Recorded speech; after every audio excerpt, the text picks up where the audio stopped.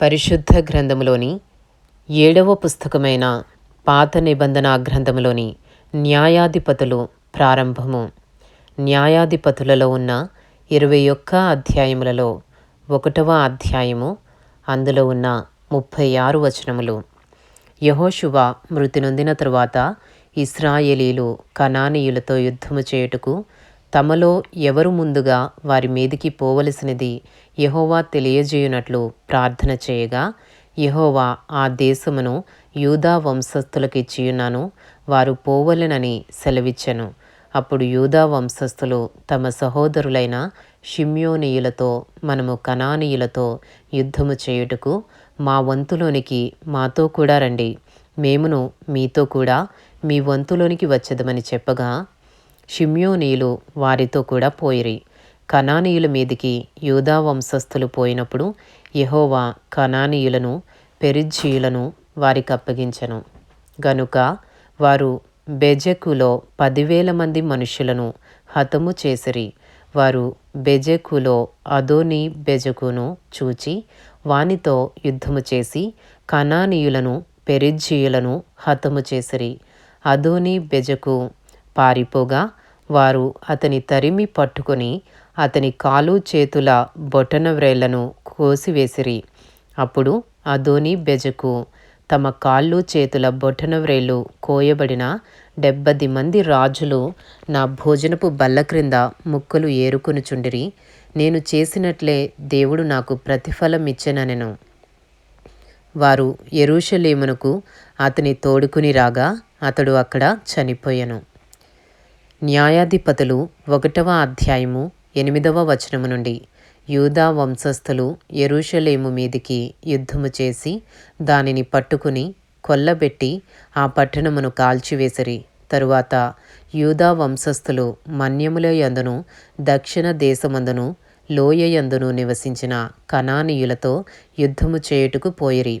మరియు యూదా వంశస్థులు హెబ్రోనులో నివసించిన కనానీయుల మీదికి పోయి షేషయిని, అహీమానును, తల్మయిని హతము చేసిరి. ఆ హెబ్రోను పేరు కిర్యతర్బా. అక్కడ నుండి వారు దెబీరు నివాసుల మీదికి పోయిరి. పూర్వము దెబీరు పేరు కిర్యత్ సేఫెరు.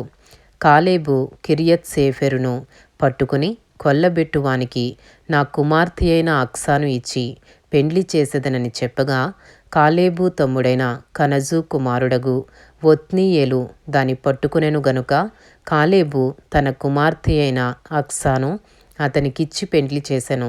ఆమె తన పెనిమిటి ఇంట ప్రవేశించినప్పుడు తన తండ్రిని ఒక పొలము అడుగుటకు అతనిని ప్రేరేపించెను. ఆమె గాడిదను దిగగా కాలేబు నీకేమి కావలెనని అడిగెను. అందుకామె దీవెన దయచేయుము, నాకు దక్షిణ భూమి ఇచ్చియున్నావు, నీటి మడుగులను కూడా నాకు దయచేయుమనెను. అప్పుడు కాలేబు ఆమెకు మెరక మడుగులను, పల్లపు మడుగులను ఇచ్చెను. న్యాయాధిపతులు 1వ అధ్యాయంలో ఉన్న 16వ వచనము నుండి. మోషే మామయైన కేయీను కుమారులు యూదా వంశస్థులతో కూడా ఖర్జూర చెట్ల పట్టణములో నుండి అరాదు దక్షిణ దిక్కులోని యూదా అరణ్యమునకు వెళ్ళి అక్కడ చేరి ఆ జనముతో నివసించిరి. యూదా వంశస్థులు తమ సహోదరులైన షిమ్యోనీయులతో కూడా పోయి జెఫతులో నివసించిన కనానీయులను హతము చేసి పట్టణమును నిర్మూలము చేసి ఆ పట్టణమునకు హోర్మా అను పేరు పెట్టిరి. హోర్మా అనగా నిర్మూలము అని అర్థము. యూదా వంశస్థులు గాజాను దాని ప్రదేశమును, అష్కెలోనును దాని ప్రదేశమును, ఎక్రోనును దాని ప్రదేశమును పట్టుకొనిరి. యెహోవా యూదా వంశస్థులకు తోడయ్యున్నందున వారు మన్య దేశమును స్వాధీనపరుచుకొనిరి. అయితే మైదానమందు నివసించు వారికి ఇనుప రథములున్నందున వారిని వెళ్ళగొట్టలేకపోయిరి. మోషే చెప్పినట్లు వారు కాలేబుకు హెబ్రోను నియ్యగా అతడు 3 అనాకీయులను అక్కడ నుండి పారదోలి దానిని స్వాధీనపరుచుకొనెను. యెరూషలేములో నివసించు యెబూసీయులను బెన్యామీనీయులు వెళ్ళగొట్టలేదు. యెబూసీయులు బెన్యామీనీయులతో కూడా నేటి వరకు యెరూషలేములో నివసించుచున్నారు. న్యాయాధిపతులు 1వ అధ్యాయము 22వ వచనము నుండి.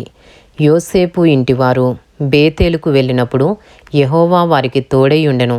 పూర్వము లూజ్ అనబడిన బేతేలును వేగుచూచుటకు యోసేపు ఇంటివారు దూతలను పంపగా ఆ వేగుల వారు ఆ పట్టణము నుండి ఒకడు వచ్చుట చూచి, నీవు దయచేసి ఈ పట్టణములోనికి వెళ్ళు త్రోవను మాకు చూపిన ఎడల మేము మీకు ఉపకారము చేసేదమని చెప్పిరి. అతడు పట్టణములోనికి పోవు త్రోవను వారికి చూపగా వారు ఆ పట్టణమును కత్తివాత హతము చేసిరి గాని ఆ మనిషిని వాని కుటుంబీకులనందరినీ పోనిచ్చిరి. ఆ మనుషుడు హిత్తీయుల దేశమునకు వెళ్ళి ఒక పట్టణమును కట్టించి దానికి లూజు అను పేరు పెట్టెను. నేటి వరకు దానికదే పేరు. న్యాయాధిపతులు 1వ అధ్యాయము 27వ వచనము నుండి. మనష్షీయులు బేత్షెయానును దాని పల్లెలను, తయినాకును దాని పల్లెలను, దోరు నివాసులను దోరు పల్లెలను, ఇబ్లెయామును దాని పల్లెలను, మెగిద్దో నివాసులను మెగిద్దో పల్లెలను స్వాధీనపరుచుకొనలేదు. ఏలయనగా కనానీయులు ఆ దేశంలో నివసింపవలెనని గట్టి పట్టు పట్టియుండిరి. ఇశ్రాయేలీలు బలవంతులైన తరువాత వారు కనానీయుల చేత వెట్టి పనులు చేయించుకొనిరి కానీ వారిని బొత్తిగా వెళ్ళగొట్టలేదు. న్యాయాధిపతులు 1వ అధ్యాయము 29వ వచనము నుండి. ఎఫ్రాయిమీయులు గెజెరులో నివసించిన కనానీయులను వెళ్ళగొట్టలేదు. గెజెరులో కనానీయులు వారి మధ్యను నివసించిరి. జెబూలూనీయులు కిత్రోను నివాసులను, నహలోలు నివాసులను వెళ్ళగొట్టలేదు. కనానీయులు వారి మధ్య నివసించి వారికి వెట్టి పనులు చేయువారైరి. ఆషేరీయులు అక్కో నివాసులను, సీదోను నివాసులను, అహ్లాబు వారిని, అక్జీబు వారిని, హెల్బా వారిని, అఫెకు వారిని, రెహోబు వారిని, ఆషేరీయులు దేశ నివాసులైన కనానీయులను వెళ్ళగొట్టక వారి మధ్య నివసించిరి. నఫ్తాలీలు బేత్షెమెషు వారిని, బేతునాతు వారిని వెళ్ళగొట్టలేదు గాని బేత్షెమెషు నివాసుల చేతను బేతనాతు నివాసుల చేతను వెట్టి పనులు చేయించుకొనిరి. అమోరీయులు దానీయులను పల్లపు దేశమునకు దిగనీయక మన్యమునకు వారిని వెళ్ళగొట్టిరి. అమేరీయులు అయ్యాలోను నందలి హెరెసు కొండలోను షైల్బీములోను నివసింపవలనని గట్టి పట్టు పట్టియుండగా యోసేపు ఇంటివారు బలవంతులై వారి చేత వెట్టి పనులు చేయించుకొనిరి. అమేరీయుల సరిహద్దు అక్రబ్బీము మొదలుకొని హస్సెలా వరకు వ్యాపించెను. ఇంతటితో న్యాయాధిపతులు 1వ అధ్యాయంలో ఉన్న 36 వచనములు పూర్తి చేయబడినవి.